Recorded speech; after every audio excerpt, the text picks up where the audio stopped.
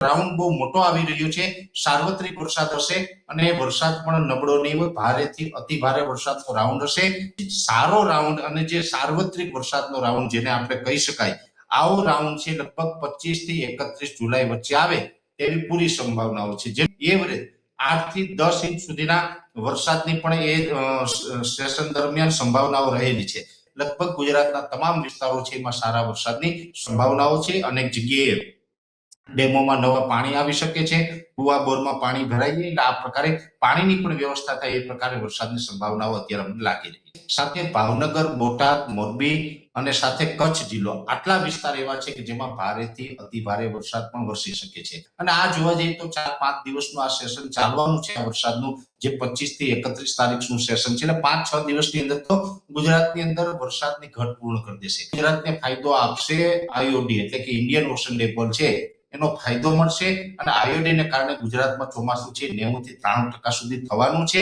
ગયા વર્ષે 109% વરસાદ હતો, એની જગ્યાએ આ વર્ષે 90 થી 93% સુધી થાય તો જે 15 થી લઈને 18-19% સુધીની જે ઘટ પડશે એ ઘટ હશે એ લગભગ જૂન અને જુલાઈ માસે, આવું પણ એક અનુમાન।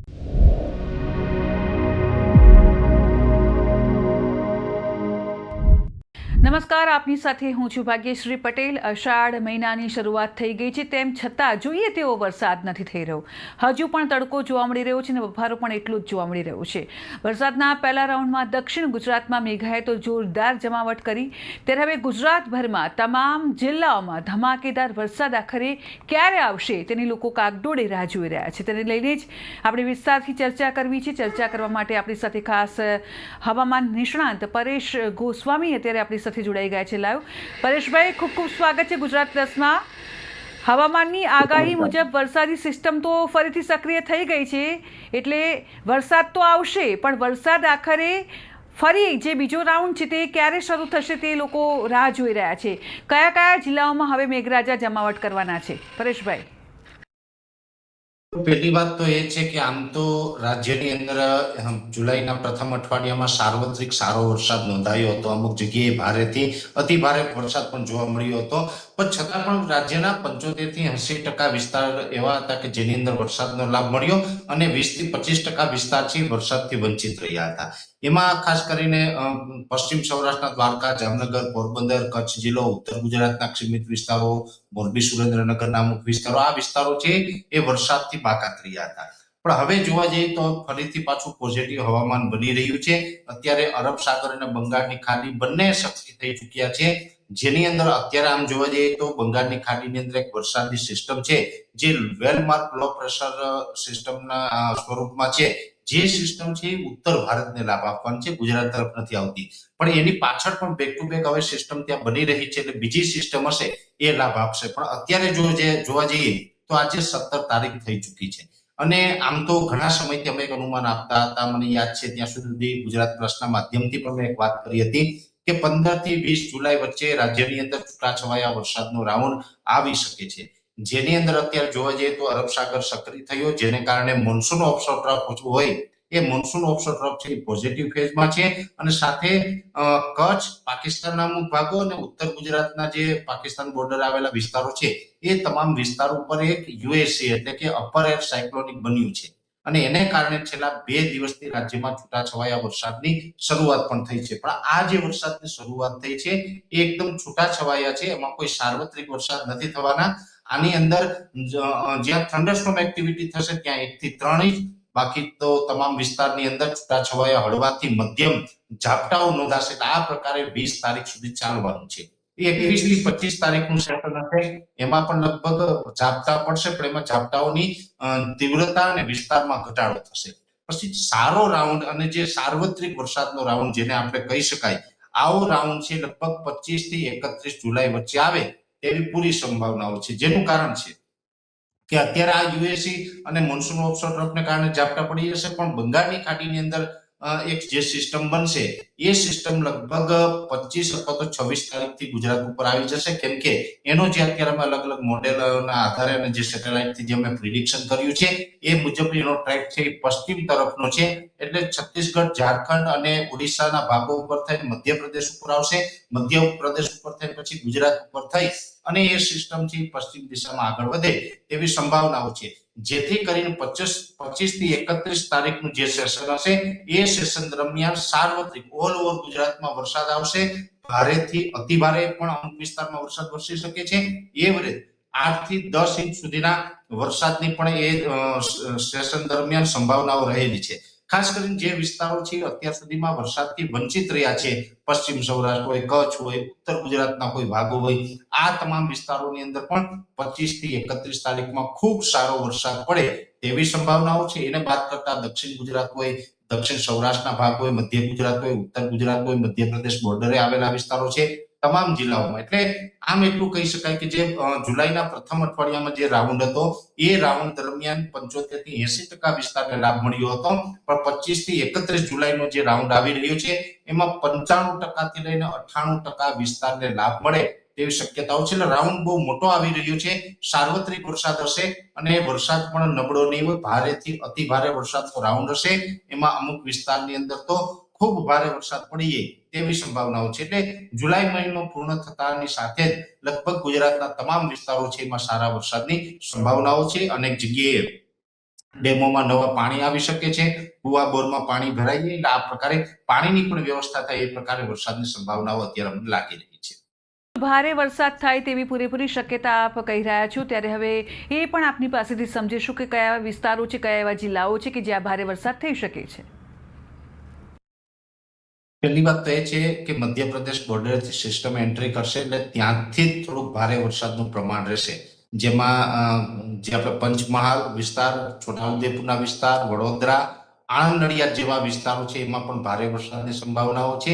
સાથે ભાવનગર, બોટાદ, મોરબી અને સાથે કચ્છ જિલ્લો, આટલા વિસ્તાર એવા છે કે જેમાં ભારેથી અતિ ભારે વરસાદ પણ વરસી શકે છે.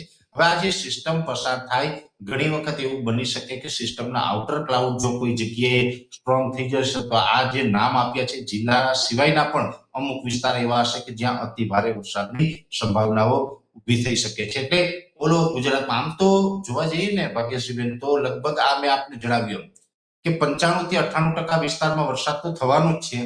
પણ 10-20% એવા પણ હશે કે જ્યાં ભારેથી અતિ ભારે, એટલે કે 10 ઇંચ અથવા તો 10 ઇંચ કરતા પણ વધારે વરસાદ ત્યાં પડી જાય, જેને આપણે ભારેથી અતિ ભારે કહી શકાય. અને આ જોવા જઈએ તો 4-5 દિવસનું આ સેશન ચાલવાનું છે આ વરસાદનું, જે 25 થી 31 તારીખનું સેશન છે. એટલે 5-6 દિવસની અંદર તો ગુજરાતની અંદર વરસાદની ઘટ પૂર્ણ કરી દેશે.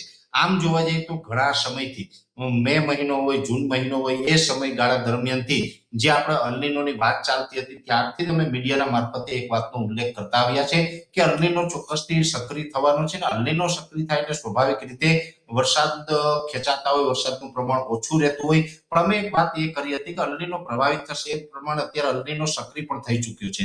અત્યારે પ્રશાંત મહાસાગરનું તાપમાન એવરેજ 2.5 ડિગ્રી સુધી ઉંચકાયું છે. હજુ ઓગસ્ટ અને સપ્ટેમ્બરમાં વધુ સ્ટ્રોંગ પણ બનશે અલ્નીનો. પણ આપને ગુજરાતને ફાયદો આપશે આઈઓડી, એટલે કે ઇન્ડિયન ઓશન ડિપોલ છે એનો ફાયદો મળશે. અને આઈઓડીને કારણે ગુજરાતમાં ચોમાસું છે 90 થી 93% સુધી થવાનું છે. એટલે આ વાત અમે ઘણા સમયથી કરતા હતા, એ જ મુજબ અત્યારે ચોમાસાની પેટર્ન દેખાઈ રહી છે. ખાસ કરીને અમારું અનુમાન એ પણ હતું કે જે વરસાદની ઘટ છે, હવે ગયા વર્ષે 109% વરસાદ હતો, એની જગ્યાએ આ વર્ષે 90 થી 93% સુધી થાય તો જે 15 થી લઈને 18-19% સુધીની જે ઘટ પડશે એ ઘટ હશે એ લગભગ જૂન અને જુલાઈમાં હશે. આવું પણ એક અનુમાન હતું. તો જૂન મહિનામાં તો આપણે ખબર છે બધાએ વરસાદની ઘટ અનુભવી છે. જુલાઈમાં પણ વરસાદ થયો છે, અમારું અનુમાન હતું જુલાઈમાં વરસાદ થશે પણ દર વર્ષની સરખામણી ઓછા.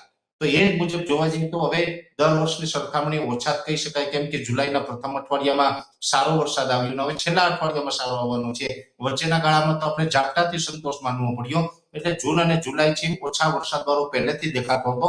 એ જ મુજબનું અત્યારે ચિત્ર ચાલી રહ્યું છે. પછી ઓગસ્ટ અને સપ્ટેમ્બરમાં એકંદરે સારું રહેવાનું છે, કોઈ ચિંતાનું કારણ નથી. એટલે કોઈ ખેડૂતોએ પેનિક થવાની જરૂર નથી. જે વિસ્તારમાં અત્યાર સુધી વરસાદ નથી પડ્યો એ તમામ વિસ્તારને 25 થી 31 જુલાઈમાં સારા વરસાદનો લાભ મળશે. આ સિસ્ટમ જે આવી રહી છે એમાં તમામ પરિબળો એવા સેટ થઈ ગયેલા દેખાઈ રહ્યા છે, જેથી કરીને હવે સિસ્ટમ ફંટાવાના ચાન્સ પણ લગભગ ખૂબ ઓછા છે. એટલે ફાઇનલ છે કે આપણે વરસાદનો સારો રાઉન્ડ 25 થી 31 માં આવી રહ્યો છે. બિલકુલ. પરેશભાઈ, મારે આપની પાસેથી એ પણ સમજવું છે, 4 જેટલી જે સિસ્ટમ જે સક્રિય થઈ ચૂકી છે, આપનું કહેવું છે તે મુજબ આ સિસ્ટમ છે તે કેટલી મજબૂત રહેશે અને સાથે જે કેટલી અસરકારક રહેશે તે પણ આપની પાસેથી સમજીશું. જો અત્યારે વાત કરવા જઈએ તો અત્યારે ઘણી બધી સિસ્ટમ સક્રિય છે. બંગાળની ખાડીનું અત્યારે વેલમાર્ક લો પ્રેશર છે, જે ઉત્તર ભારતને વરસાદનો લાભ આપવાનું છે. એ પણ વેલમાર્ક લો પ્રેશર છે. હવે વેલમાર્ક લો પ્રેશર ક્યારે બને કે સૌપ્રથમ તો સમુદ્રી સપાટી ઉપર સિસ્ટમ બનવાનું શરૂઆત થાય એટલે અપર એર સાયક્લોનિક બને. એ પછી મજબૂત થાય તો એ લો પ્રેશર બને. લો પ્રેશર મજબૂત થાય તો વેલમાર્ક લો પ્રેશર બને. વેલમાર્ક લો પ્રેશર એટલે ભારેથી અતિ ભારે વરસાદ આપવા માટે જે સિસ્ટમને સક્ષમ ગણવામાં આવે છે. એટલે અત્યારે સિસ્ટમ છે એ પણ મજબૂત છે. એક વેસ્ટર્ન ડિસ્ટર્બન્સ પસાર થઈ રહ્યું છે ઉત્તર ભારતના ભાગો ઉપરથી, એ થોડું હળવું છે. એ સાથે યુએસસી છે અત્યારે ગુજરાત ઉપર, એ પણ મજબૂત છે. મોન્સૂન ઓફશોર ટ્રફ છે એ પણ ફૂલ પોઝિટિવ છે. એટલે તમામ જે સિસ્ટમો છે અત્યારે ખૂબ પોઝિટિવ દેખાઈ રહી છે. અને જે 25 થી 31 તારીખ વાળી જે સિસ્ટમ આવી રહી છે એ પણ મારું એવું અનુમાન છે કે લગભગ વેલમાર્ક લો પ્રેશરની કેટેગરીમાં આવશે, જેથી કરીને એ સિસ્ટમ છે ભારેથી અતિ ભારે વરસાદના રૂપમાં અસર કરશે. એટલે હવે પછીના જે પરિબળો છે તમામ સારા વરસાદના સંકેતો ચોક્કસથી આપી રહ્યા છે. બિલકુલ. પરેશભાઈ, આપની પાસેથી એ પણ જાણીશું કે જે રીતે આપે જણાવ્યું તે મુજબ અસરકારક તો સિસ્ટમ રહેવાની છે, પરંતુ અમદાવાદ અને ગાંધીનગરમાં એટલે કે મધ્ય ગુજરાતમાં જોઈએ એટલો વરસાદ થતો નથી. ત્યારે હવે મધ્ય ગુજરાતની કેવી સ્થિતિ રહેશે આગામી 4-5 દિવસમાં? આગામી 4-5 દિવસમાં મધ્ય ગુજરાતમાં કોઈ સારા વરસાદની સંભાવના નથી. અમે આપને જણાવી રહ્યા છીએ કે 20 તારીખ સુધી તો ઝાપટા છે, 21 થી 25 તારીખ સુધીમાં પણ ઝાપટા છે. એટલે કોઈ ભારે વરસાદ કે સારા વરસાદ થાય એવી અપેક્ષા હમણાં રાખવી ખોટું રહેશે. મારી દ્રષ્ટિએ મધ્ય ગુજરાતને પણ 25 થી 31 જુલાઈનું જે સેશન છે જેમાં સારા વરસાદનો લાભ મળે એવી આશા રાખવી જોઈએ. એનું મેઇન કારણ છે ગુજરાતની અંદર વરસાદ આવવાના માત્ર બે માર્ગ છે કે એક તો અરબ સાગરમાં કોઈ સિસ્ટમ બને ત્યારે વરસાદ આવે છે, એક બંગાળની ખાડીની સિસ્ટમ હોય ત્યારે વરસાદ આવે. જ્યારે અરબ સાગરની સિસ્ટમ હોય ત્યારે દક્ષિણ સૌરાષ્ટ્ર અને દક્ષિણ ગુજરાતના ભાગોને વધારે ફાયદો થતો હોય છે. પણ જો મધ્ય ગુજરાત, ઉત્તર ગુજરાત ને કચ્છના ભાગો છે એને તો બંગાળની ખાડીની સિસ્ટમ આવે તો જ સારા વરસાદનો લાભ મળતો હોય છે.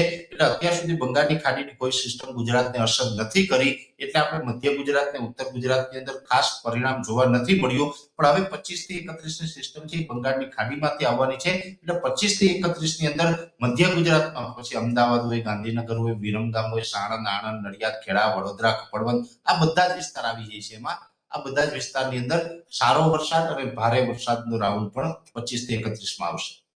પરેશભાઈ, આપ અમારી સાથે જોડાયા અને માહિતી આપી તે બદલ આપનો ખૂબ ખૂબ આભાર. તો પરેશભાઈ જે રીતે આગાહી કરી છે તે મુજબ મધ્ય ગુજરાતમાં હાલ કોઈ વરસાદી સિસ્ટમ સક્રિય થઈ નથી, એટલે કહી શકાય ભારેથી અતિ ભારે વરસાદની જો હું વાત કરું તો 25થી લઈને 31 સુધીમાં ભારે વરસાદ મધ્ય ગુજરાતમાં, ઉત્તર ગુજરાતમાં થઈ શકે છે. અને સાથે જ સાર્વત્રિક વરસાદની જો હું વાત કરું તો સાર્વત્રિક વરસાદ ગુજરાતમાં હવે આગામી દિવસોમાં જોવા મળી શકે તેમ છે. અત્યારે બસ આટલું જ. રજા આપશો. નમસ્કાર.